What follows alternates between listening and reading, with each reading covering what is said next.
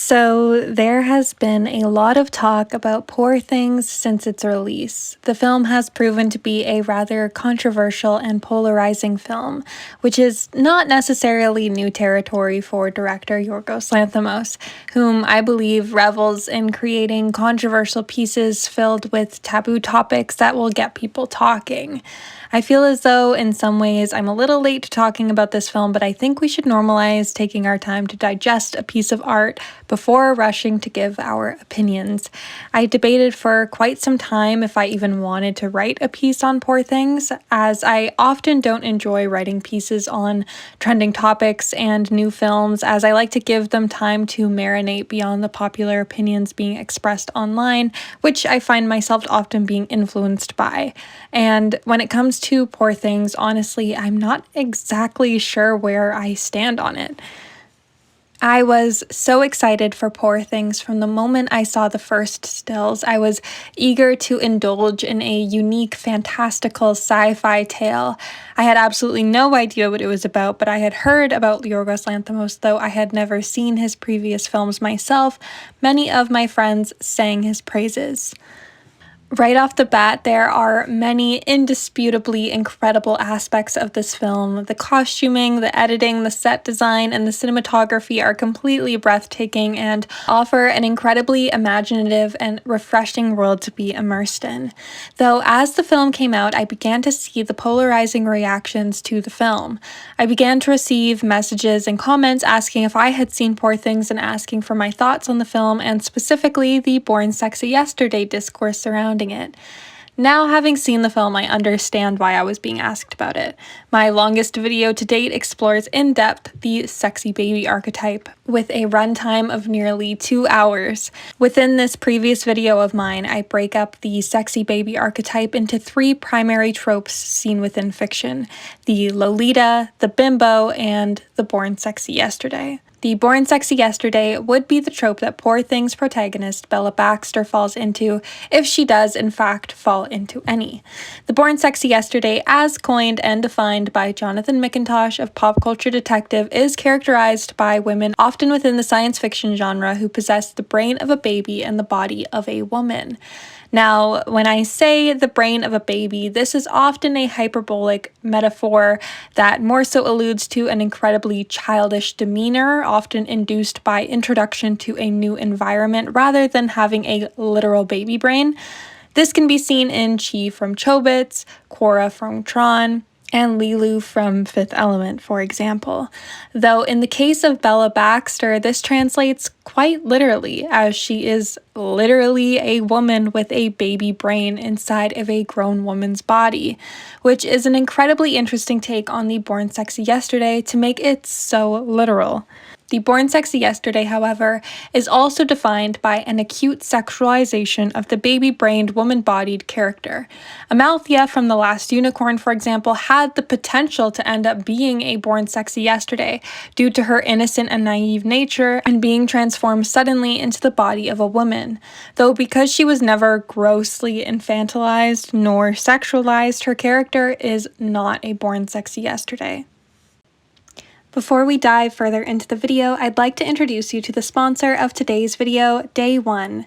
As many could probably suspect from me quoting my teenage diary in multiple videos, journaling is a big part of my life, and Day One has made my journaling process so much easier. As a writer, creative, and just a person who feels, I am always writing things down for future videos, creative projects, and just to stay sane. However, I'm always bouncing around from my physical journal to my phone to my computer, but Day One allows you to stay organized by having everything in one place.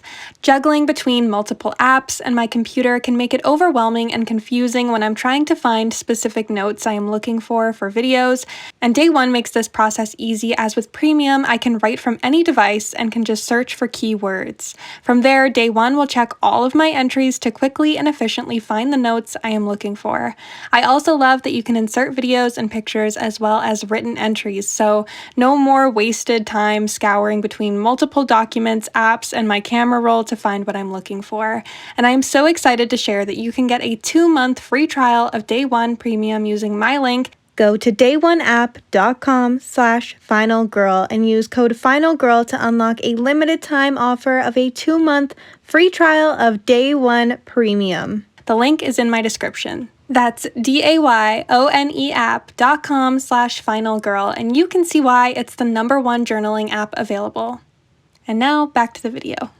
I find the discourse surrounding Poor Things to be incredibly interesting and important. I don't think anyone is wrong for liking or disliking this film.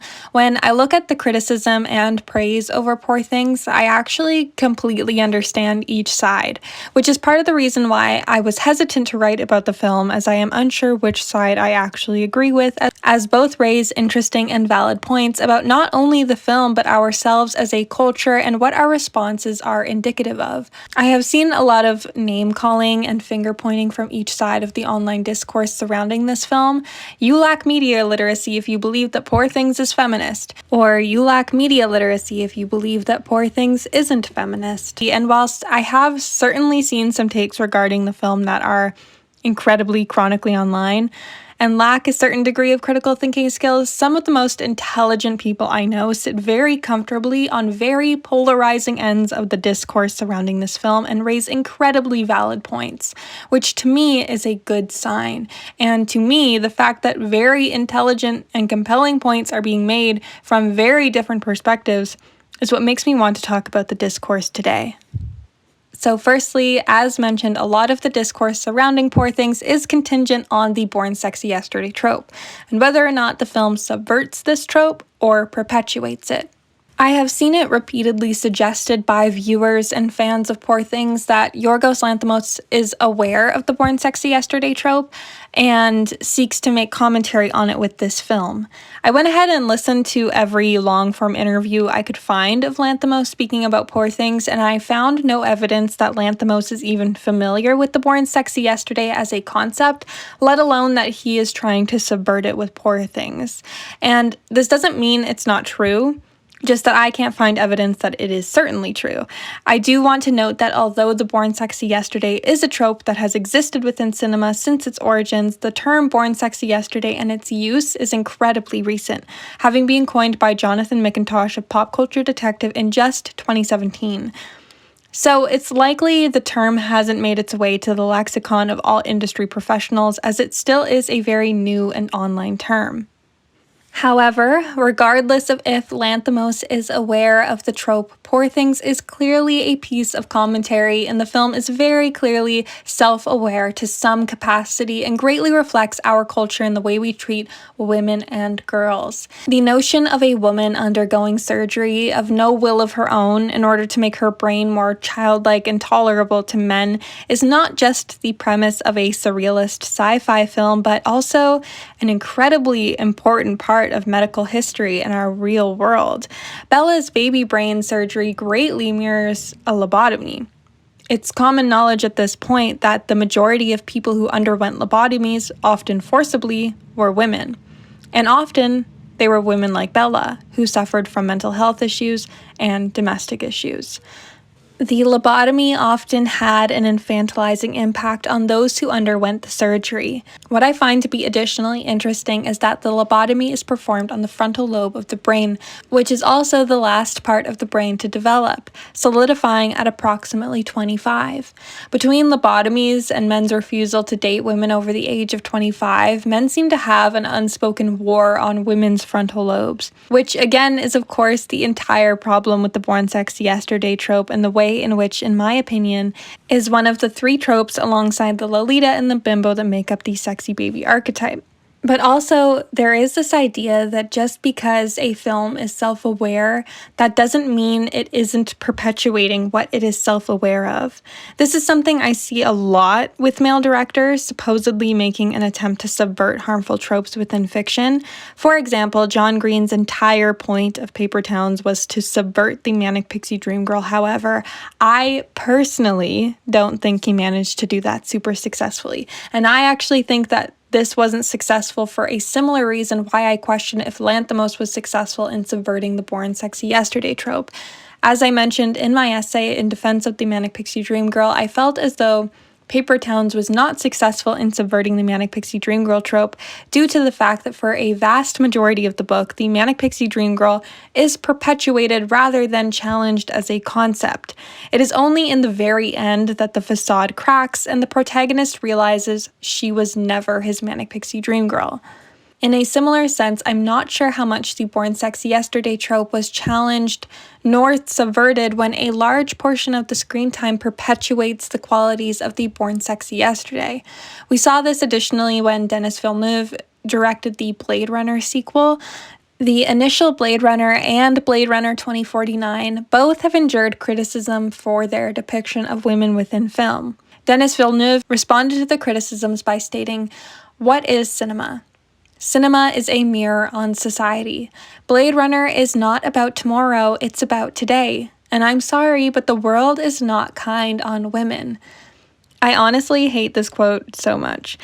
I think it is a lazy response to criticism and a lazy way of viewing cinema. Cinema is not just a mirror. Cinema is what you put in front of the mirror. It's asking who is looking in the mirror and why. It is questioning why looking in the mirror raises certain thoughts and questions. Cinema isn't just a mirror, it's a funhouse mirror. It's about contorting the image in the mirror to highlight and challenge the reflection staring back at us. I think about this quote from Villeneuve a lot because it is indicative of a pattern within cinema I've been seeing for years, where male directors in particular believe they are subverting or making commentary on a trope merely by perpetuating it. In regards to the outrage surrounding Poor Things, I have seen the criticism raised online by fans of the film depiction does not equal condoning, which is a sentiment I wholeheartedly agree with. This is likewise a frustration I have had with some online discourse surrounding fiction when viewers consume media believing that media can only depict things of utmost morality. So, yes, depiction does not equal condoning. However, likewise, depiction does not equal commentary or condemning. If you are merely holding a mirror up to our reality, you are not making a commentary on the social circumstances you are depicting. You are making a wildlife documentary on the suffering of women and choosing to stay neutral and thus complacent. Villeneuve also stated in the same interview, "I am very sensitive to how I portray women in movies. This is my 9th feature film and 6 of them have had women in the lead role." And I do believe Villeneuve when he says that he is sensitive to the way he portrays women. And I also believe Lanthimos to be sensitive in his portrayal of women. In fact, Lanthimos cites a wide array of female artists as large influences in his work, including Diane Arbus and Sarah Kane. He consumes the art of women. He loves the art of women. Based on the interviews I've listened to of Lanthimos, I do believe he is a deeply intelligent and thoughtful man. But I think that brings up another point that even if you are well-meaning in your intent of depicting the struggle of a group you don't belong to, you are still primed to make mistakes in this depiction. And as with Villeneuve, when you are engaging with cinema and engaging and depicting tropes that are harmful, you are either perpetuating them or you are subverting them, which is exactly what the discourse surrounding Poor Things is about. I think that what likely happened with Poor Things is that Lanthimos did not intend to subvert the Born Sexy Yesterday trope specifically. I think he sought to tell this pre-existing story, and due to the fact that he's a person that consumes a lot of art by women, he has the intelligence, understanding, and compassion that he ended up half subverting it organically and intuitively, though inevitably with some flaws. Lanthimos has mentioned that he doesn't understand the prudishness surrounding intimate scenes within cinema, stating to the New York Times just a couple months ago, "Sex in movies or nudity, I never understand the prudishness around it. It always drives me mad how liberal people are about violence and how they allow minors to experience it in any way, and then we're so prudish about sexuality." I feel as though I half agree with this sentiment. I feel like it is a very man perspective on sex in film, to be completely honest.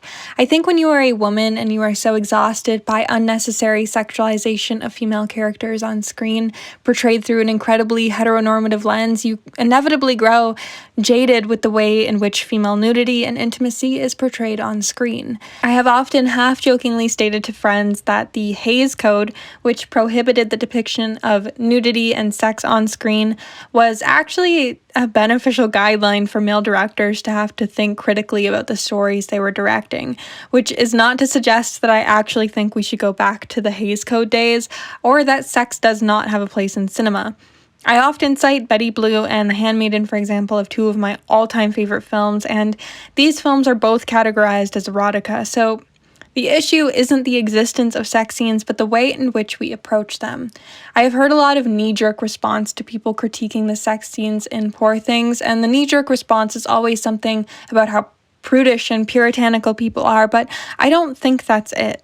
Love Lies Bleeding has come out only a couple months after Poor Things and is also a movie that tackles themes of female sexuality, and I haven't heard a single comment or complaint about the sex scenes depicted.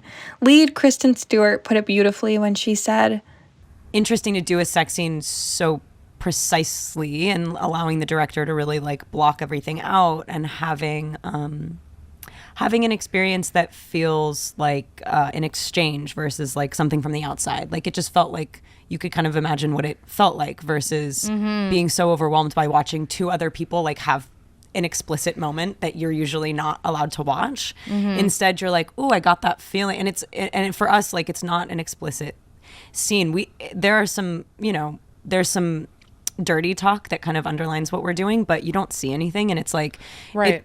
It just is punctuated with like very considered touch and response. And that doesn't normally happen because if you don't talk about something before and you're just like going for it, it's like no one can feel anything. You're not like, I don't move when you move. I don't, because we didn't consider it and we're not actually doing it. Right. So it's like, unless you're actually doing it, it looks fake. And so if you don't, that's why the whole like sort of development of having intimacy coordinators and also just female directors that are comfortable verbalizing those things and talking about them and leading the charge. It's like, and I'm not saying only girls can do that. Boys can make good sex scenes. With that being said, for the first half of the film, I found myself feeling very frustrated with the characterization of Bella Baxter and the trajectory in which the film was going. The nudity and intimacy scenes have, of course, been the primary topic of contention about the film. One of the first scenes that I had an issue with was when it was revealed that Bella Baxter has the mind of an infant and the body of a woman. The very next scene of Bella is her pleasuring herself. For the first half of the film, it felt as though they were either emphasizing her baby brain or her adult female body, which is obviously done on purpose. However, this dichotomy pursued persistently through the vessel of sexuality felt uncomfortable for the wrong reasons. Bella blows bubbles while being touched by a man for the first time. The same man watches voyeuristically as she touches herself in her bedroom. I understand that the bubble blowing is likely intended to be an infantilizing characteristic so as to reflect poorly on Duncan and his questionable pursuit of Bella, rather than being an eroticizing characteristic, but I question if that is what is being achieved by this scene. I have heard the argument expressed multiple times, "Oh, it's supposed to make you uncomfortable," but the fact is we exist in a culture that this is not an inherently uncomfortable premise. One of the first things noted about Bella in the story is her beauty. An infantilized baby brain in the body of a beautiful adult woman is not an inherently uncomfortable notion within a culture that values childish characteristics in women and enforces prepubescent standards of beauty. In a culture where the born sexy yesterday is a dominant trope within sci-fi and creators such as Belle Delphine profit off of this very notion, this baby-brained woman body is not enough in order to make a valuable commentary in itself. It makes the wrong people uncomfortable. The people this scene makes uncomfortable are the people who are already aware of this phenomenon. The people who are aroused by this phenomenon are merely going to be aroused by it, not think critically about it. There is this idea that Bella is a case study on the female sexual coming of age with the absence of shame. Though in the process of showcasing a girl coming into her sexuality without shame, Bella becomes the archetypal ideal sexual woman. American sex educator Emily Nagoski wrote in her book, Come As You Are, I had my own unique version of the media message in my head. I believed that the ideal sexual woman was an adventurous, noisy female who men lusted after for her skill and her enthusiasm. She was, of course, easily orgasmic from penetration. She experienced spontaneous desire, and her vagina got so wet. Any woman who didn't want to try new things was a prude, hopelessly hung up and neurotic. Notice that the ideal sexual woman does not necessarily enjoy a great deal of pleasure. She just appears to experience pleasure. That's what a sexual woman should be, as far as my culture had taught me, and so that's what I performed. By the time I started my first sexual relationship, I was a sexual product processed and packaged for the pleasure of others. As mentioned, yes, I do have the media comprehension to be aware that Lanthimos could very likely be intentionally making a commentary on this idea of the ideal sexual woman. However, speaking as if he is, I just question if this story is the best way to make this commentary. I believe this quote is incredibly relevant to Bella as she comes to embody the ideal sexual woman for the majority of the story, and whether or not this is because Lanthimos is intending to make commentary on this idea of the ideal sexual woman, or if men believe that women's sex lives without shame would in turn make them the ideal sexual woman, is, I suppose, the entire debate about Poor Things.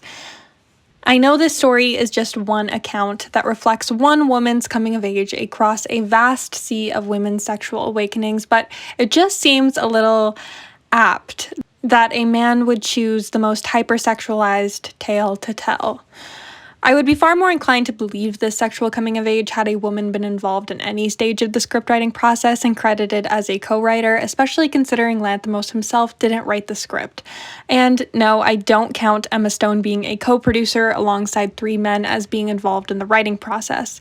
Maya, also known as Broe Deschanel here on YouTube, wrote in her Letterboxd review of the film, "I'm aware of the discourse surrounding Bella's sexuality, with people being upset that the character who starts the movie with the brain of an infant has so many sex scenes." While I was discomfited by this at first, I came to appreciate how boldly the film confronts society's fixation on young girls. We need to stop conflating the male gaze with any film directed by a man, as none of the sex scenes depicted Bella in a particularly objectifying way. Instead, they look at her in the same way she looks at sex, frankly, almost sexlessly. I do think that Maya raises an important point here that I noticed more so on my second viewing of the film. When we contrast the intimacy shots in Poor Things against films such as Blonde or The Idol, the difference is incredibly stark.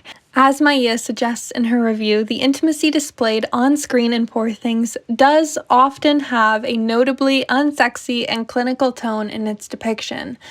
The shots don't linger in a way that seeks to objectify or even particularly eroticize Bella a lot of the time.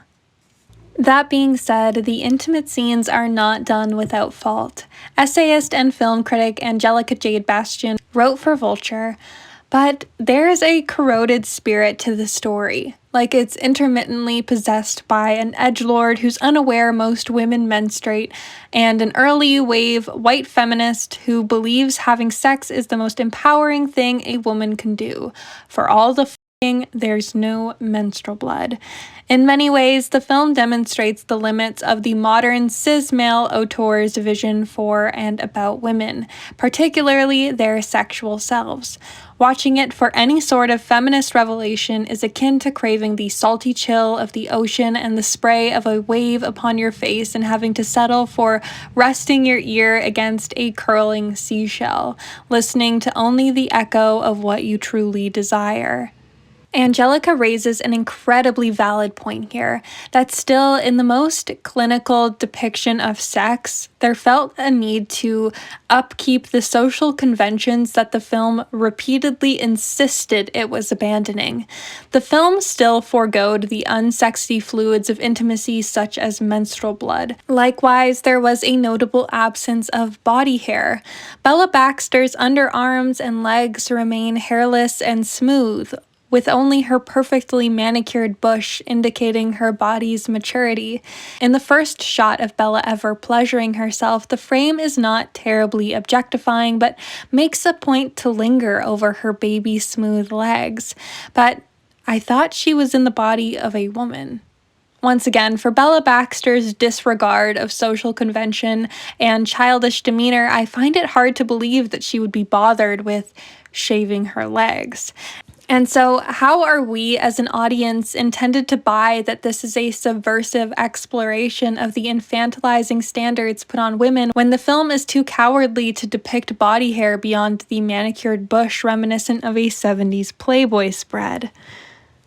I understand that Lanthimos was working under the constraints of a source material. However, speaking hypothetically, if the point of the film is to push boundaries and make people uncomfortable with this juxtaposition of a baby brain and a woman body, a more effective way to do this and subvert this idea of the born sexy yesterday trope would have been if Bella Baxter was physically older. How would the story and the reception to the story change if Bella Baxter was not in her physical prime in accordance with the male gaze? How would the story be different if the extremes were pushed and Bella had the mind of a baby but sagging breasts and wrinkled skin? Godwin, like Victor Frankenstein, gets to play God. He reimagines a corpse. Victor created Adam and Godwin created Eve.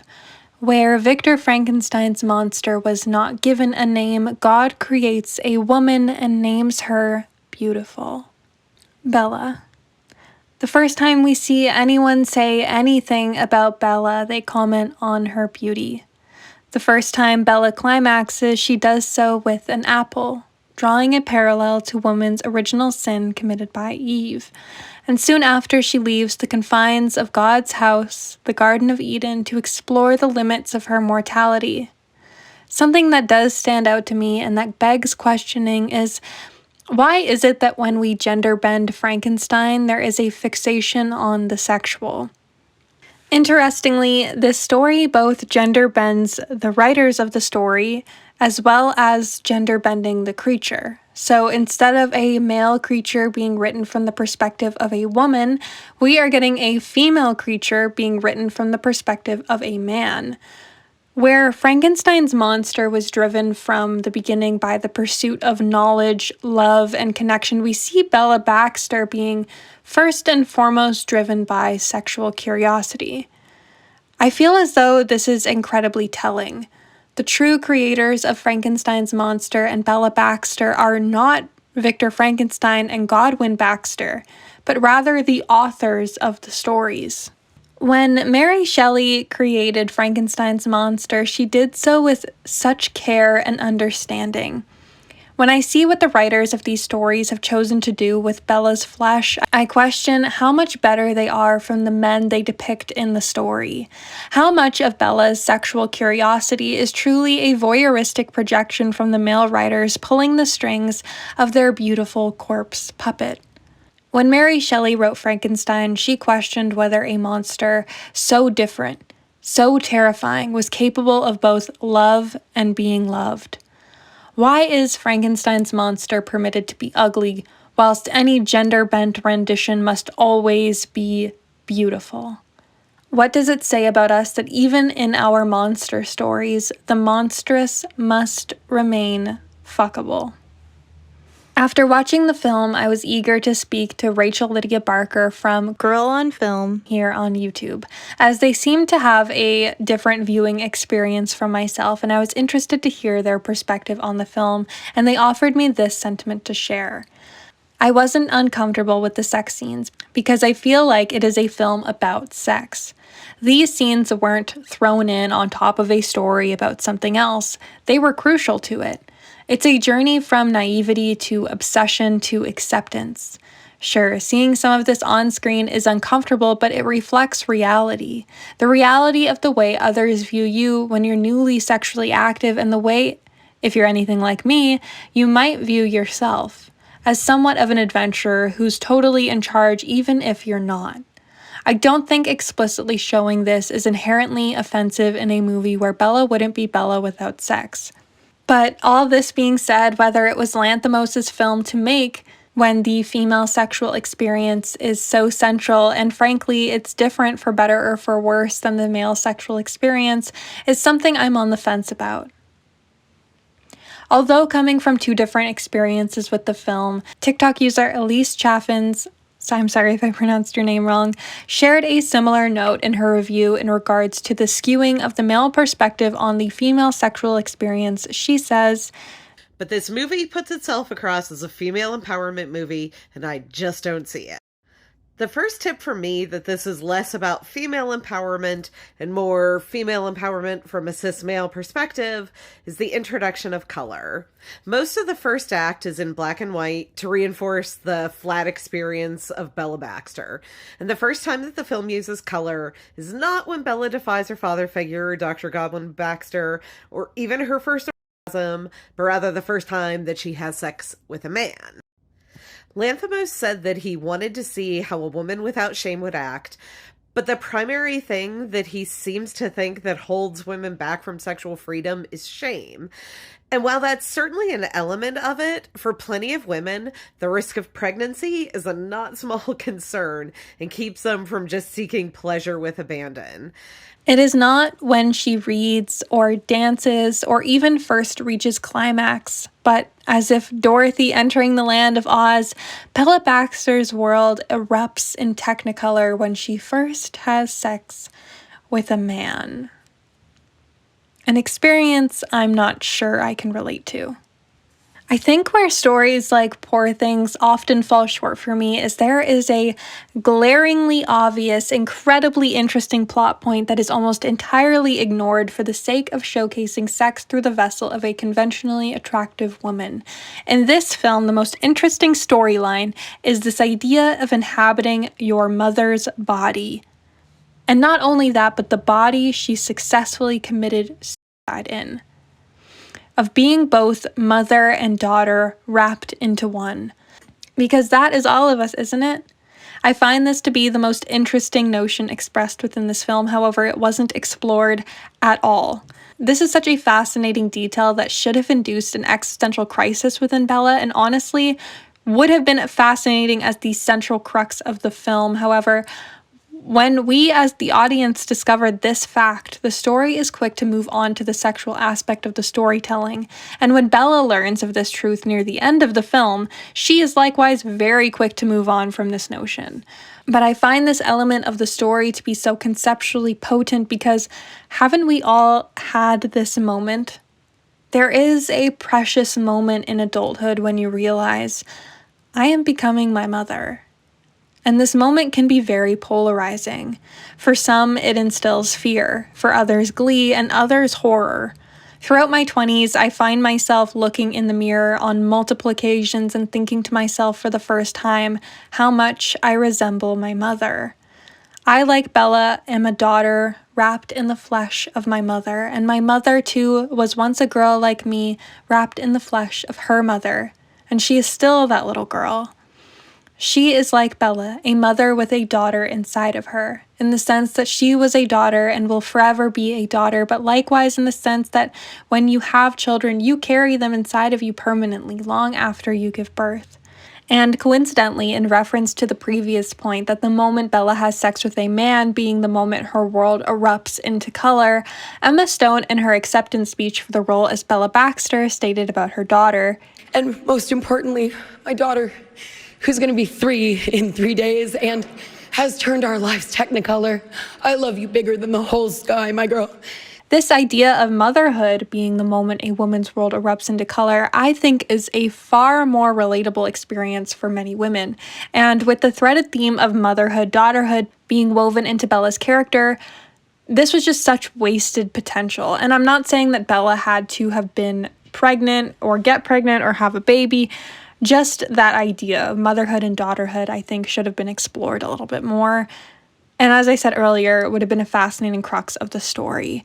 As a daughter whose father died before I even had the chance to know him, I can resonate with what it would feel like to not know a person who makes up a great deal of your flesh and spirit. And when I found out my father died before I had the chance to know him, it was an incredibly potent impact on me. It is an incredibly confusing and often painful process filled with a labyrinth-like grief that seems to never end. For me, the idea of being a daughter in the body of your mother is the most compelling detail of the story, and it felt as if it was merely brushed aside in favor of a plotline that catered to sexual voyeurism. And with all that being said, I would, however, like to discuss the story elements that I felt were done successfully. One aspect of the film that I feel was tackled very well and interesting was the approach Lanthimos took with the male characters. All of the male characters are very clearly flawed, especially in their relationship to Bella. I really enjoyed Duncan as a character. I appreciate the lack of a sympathetic tone that is bestowed upon Duncan, which is actually a refreshing divergence from other male leads in the Born Sexy Yesterday or even the Lolita trope. When creating the film adaptation of Vladimir Nabokov's Lolita in 1962, producer James B. Harris noted that it was a priority to depict Humbert in a sympathetic light. This sympathetic tone is displayed across the sexy baby genre, as seen in Pretty Baby and Fifth Element. These stories often go as far to depict the male leads as heroic in spite of their sexualizing of a baby-brained being. Duncan, however, is displayed in a way that I felt to be very realistic. A man preys on a young woman for her innocence and grows angry when she departs from it. Duncan only loves Bella's naivety and unawareness of social conventions so long as it serves his fetishistic ideals. When Bella's naivety about the world results in her partaking in sex work, Duncan is quick to disown her. He shouts at her in a fit of rage. "You are a monster, a whore and a monster, a demon sent from hell." In this very moment, her naivety transcends from pure and innocent Madonna to reckless and evil whore. Whore becomes synonymous with monster. It is the worst thing a woman can do, Duncan says in regards to Bella partaking in sex work. I enjoy the characterization of Duncan as he is not portrayed in a way that is so absurd that he becomes this unbelievable supervillain. And it makes sense why Duncan is appealing to Bella. He is handsome, charismatic, and charming. He has many qualities that make him compelling, though as the film goes on and he loses control over Bella, we witness these charming qualities shed rather quickly, revealing the soft underbelly of what Duncan really is. He becomes a blundering, insecure fool, which I'm sure many women can relate to. Another point I think the film succeeded in conveying was this idea that a woman's body is more important than her soul in the minds of men as a collective. We see this firstly when Godwin feels entitled to Victoria's body. Godwin finds Victoria's corpse and uses it as a vessel for his own desires, to further his own creations. This is not dissimilar to the topics I discussed in my essay Beautiful Dead Girls, in which men such as Andrew Dominic felt entitled to women such as Marilyn Monroe's life, legacy, and body in pursuit of his own egoic creations. We see this again in Poor Things with Duncan. As expressed, he doesn't care that she has a baby brain so long as she serves him in a way that benefits him. When he discovers that she has engaged in sex work, he grows enraged. She is no longer the pure, childlike girl he had in his mind, as she now has been touched by another. However, it is interesting to note that the body in which Bella inhabits is not a virgin. She has been pregnant, revealing the fallacies in patriarchal puritanical logic. And finally, when she reunites with Victoria's husband, it is evident that Bella is not Victoria, though merely inhabiting her body. However, Alfie is unfazed with that aspect, and the element that her husband is most caught up about is the whoring. Alfie says it quite plainly when he says, "My life is dedicated to the taking of territory," referring to Bella. Bella says simply, "I am not territory," before eventually freeing herself from the control of men entirely. And as for the end of the film, I feel as though I am once again conflicted. I enjoyed elements of Bella's transformation, and I ended up relating to the person she became. However, in some ways, the character development of Bella felt a little hollow. Again, I agree with Maia Broe Deschanel's assessment, stating in her letterbox review, but this falls apart in the final scene, where Bella lounges on a chair in her garden, her Parisian lover and former fiancé flanking her, her former husband now braying on all fours as a goat, and the littler version of her, another Frankenstein infant woman played by Margaret Qualley, obeying her beck and call. Is Bella a girl boss now? Does she represent the final phase of womanhood? A woman who is capable of deeper thought and consciousness, who is sexually liberated and who is in charge. Whatever the final message may be, it is not only literal and jarringly earnest, but also somewhat dampens the film's original esoteric and fun hypothesis. I additionally would like to highlight the video of TikTok user Alexa Recommends, who goes on to describe the key differences in the ending of the book versus the film. There's already been a lot of discourse about the movie Poor Things, but I love mess, so I thought I'd add some more, especially as somebody who really does enjoy the movie, but upon reading the book, thinks it definitely does have some problems as an adaptation. Personally, I think it's still pretty clear that this movie is a critique on patriarchal culture that says that adult women are no different than children and need to be shepherded through life by men. But I do think that many of the critiques that people have launched against this movie would have been resolved had Yorgos Lanthimos and the team behind it kept the original ending from the book. I think changing the ending as well as stripping some of the major themes about capitalism and socialism really do impact the way this movie turned out and the way people are talking about it. But if you're not at all familiar with the way that the book ends, spoilers ahead for the movie and the book Poor Things. The movie Poor Things leaves out two important things from the book. What you end up seeing in the movie is Bella's story as told by her husband Max, and the two people who are reading this story are Bella and Max's children. And when they get to the happy ending that the movie Poor Things presents to you, they find a letter from their mother Bella, where she explains her true origin story.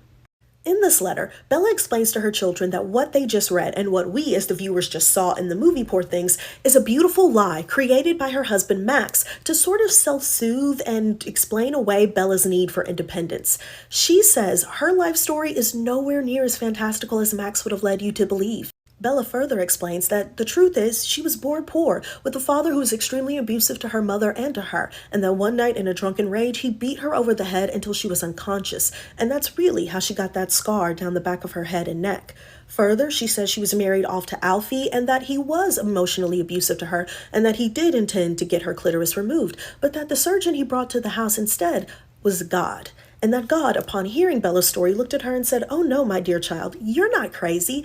You're just an abused woman." Upon hearing this, Bella has an epiphany about her own existence and looks at him and says, "If a strange woman were to come upon your doorstep in about 6 months or so, needing shelter, would you take her in?" God responds, "Yes." And then 6 months or so, a mysterious woman appears on God's doorstep. He takes her in and creates this fantastical backstory for her to explain her appearance. And this is the true origin story of Bella Baxter.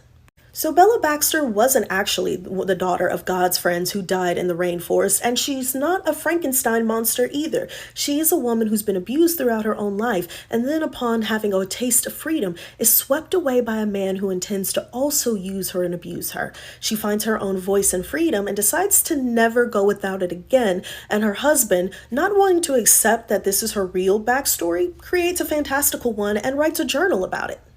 So while I do think many of the people who are making critiques against this movie and calling it pedophilic are missing the point the movie is making, I also think that Yorgos Lanthimos did himself a disservice by leaving out this framing device and this ending, because had it been in there, I think some people would have gotten the movie more. I agree with Alexa. I think the film and the message it was intending to convey would have greatly benefited from including the original ending. Bella was never a mythical sci-fi experiment at all. She was a traumatized young woman. And this brings me back to the prior question. By choosing to erase the reality of Bella's predicament, how different are Lanthimos and screenwriter Tony McNamara from Max and the other men in the film? All in all, I am not offended by Poor Things. I think I spent a lot more time on critiques, but I know many women who deeply related to Bella's sexual coming of age and felt very represented by those scenes, so who am I to tell them that they're indisputably wrong for that? We all have our own experiences that influence the gaze in which we interact with media. I believe we need to have more nuance in our discussions surrounding the media and recognize that multiple things can be true at once. There was clearly a lot of care put into this film at every stage, and it shows. I think Poor Things is perhaps a necessary stepping stone in the deconstruction of the Born Sexy Yesterday trope and tropes like it. I applaud Lanthimos for his risk-taking and willingness to tackle complex and often taboo subject matter, and, as I said at the beginning, creating art that sparks constructive, critical, and intelligent conversations on media, I think, is so valuable and important. And that's all from me today.